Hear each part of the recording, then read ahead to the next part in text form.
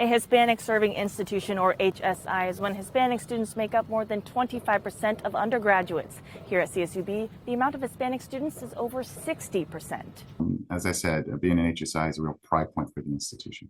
In 1998, California State University Bakersfield was designated a Hispanic Serving Institution, and the university is celebrating students who identify as Hispanic through their own Latinx Heritage Month, aiming to show appreciation and recognition. We value you, we value who you are, we value your experience. You bring richness into the diversity of what CSUB means and what CSUB celebrates, and without you, we wouldn't be the university that we are.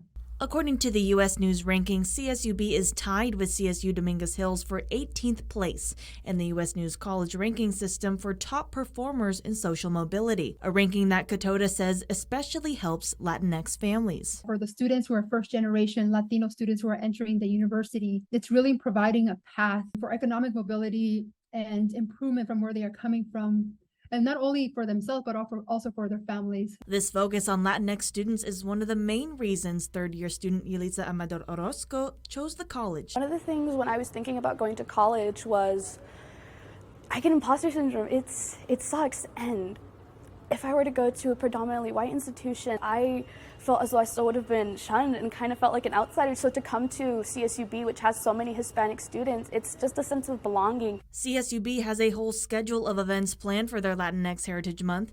Book readings, paintings, and even an expression night taking place on Thursday at the Stockdale Courtyard. These events are just a part of the culture that students appreciate. I love it so much. I love that CSUB always puts an effort into making sure that the different cultural backgrounds that students come from are always represented, whether that be with Latino Heritage Month, whether that be with Black Heritage Month. I love that they always put an effort to make these events and stuff such a big part of CSUB. To see more upcoming events at CSUB and to follow our coverage of Hispanic Heritage Month, you can visit our website, turnto23.com. In Bakersfield, Ava Kershner, 23 ABC News, connecting you.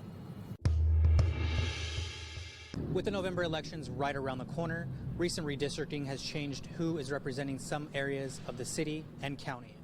This will affect the races they vote on, and in many cases, if they're voting in person, the poll site for their precinct. The redistricting follows the 2020 census and resultant demographic changes. A voter's precinct may have been consolidated with a precinct from a different poll site. So while a voter's poll site may still be a poll site, it may not be the poll site for the precinct they are now in. But not all parts of the districts will receive the same resources for voters. Depending on how many people are in your area, you may now be in what is called a mail ballot precinct, without ballot boxes. This happens when there are too few voters with the same combination of races they are voting in, and in some cases that's just 5 or 10 voters, to enable us to set up a precinct at a poll site. If you would still like to vote in person, that is an option, but with some stipulations. They can go to a poll site, but they would have to vote provisionally and would receive a ballot that wouldn't contain all the races they were eligible to vote in. Election Day is November 8th. For more information about the changes to November's Election Day, you can visit our website, turnto23.com. In Bakersfield, Henry Flores, 23 ABC News, connecting you. My daughter told me that she couldn't celebrate Father's Day because she doesn't have a dad anymore. This is a little boy. A little boy.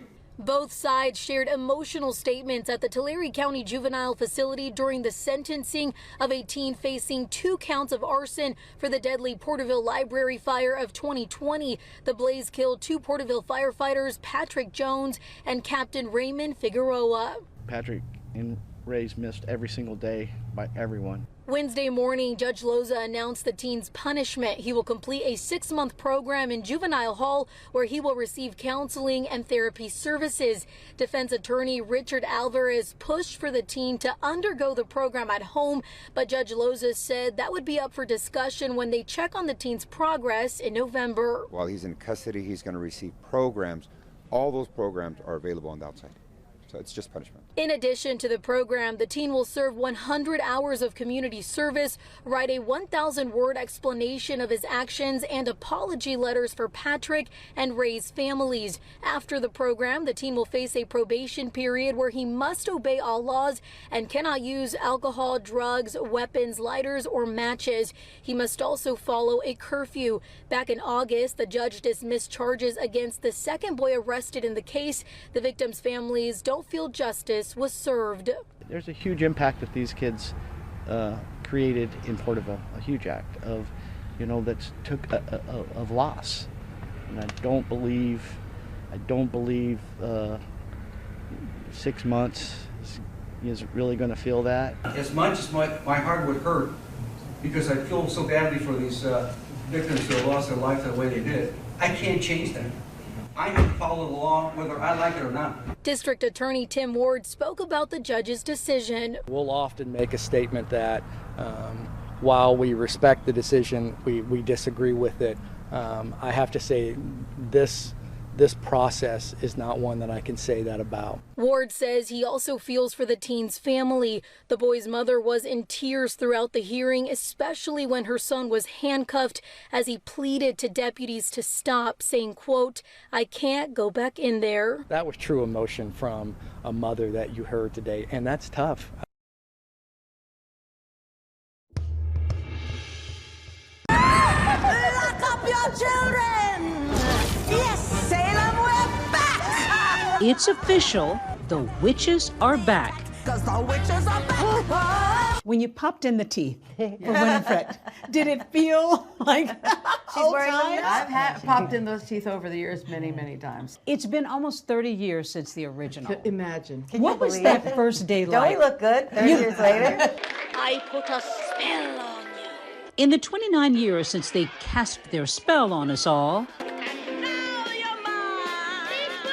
Hocus Pocus has delighted children and their parents. Oh, come on, it's just a bunch of hocus pocus. The Hollywood staple following Winifred, Sarah, and Mary as the magical trio ran amok in Salem.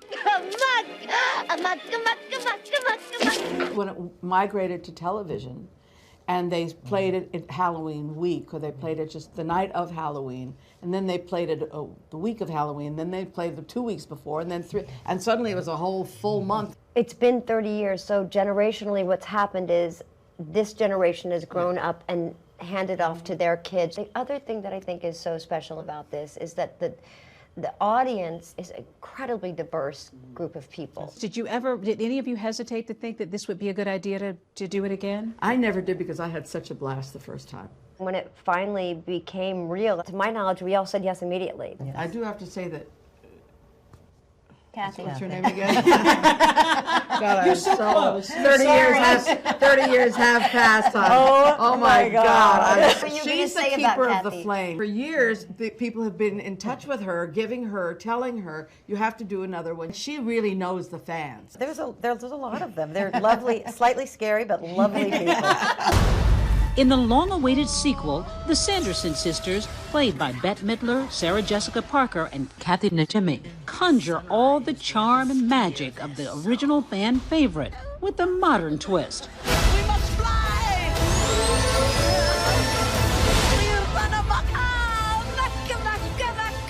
One of the things that I noticed right away is that this film looks more diverse than the one before. Was that something that was important to you this time around? Well, yeah. It was important. I think it was important to everybody. The audience that has grown up with this film is everybody. So of course it's to everyone's interest, everyone's best interest, to include everybody in it. Which one do you like the best? Don't say it. The bond with the Sanderson sisters is so clear, but there also seems to be a clear bond with the three of you, formed over years with We've known this. each other for 40 years. 50 years, let's say. We've known each other for 60 years. We've been friends for 78 years. So what do you put counting? Okay, 300. Growing up, I was a sycophant fan of Bette Midler, so I knew her and saw her so many times that she didn't see me. And I saw Bette on stage at 13. I too loved Bette so much, and then we had the same voice teacher, and I would go after Bette. Marge would do La Casa La Tita.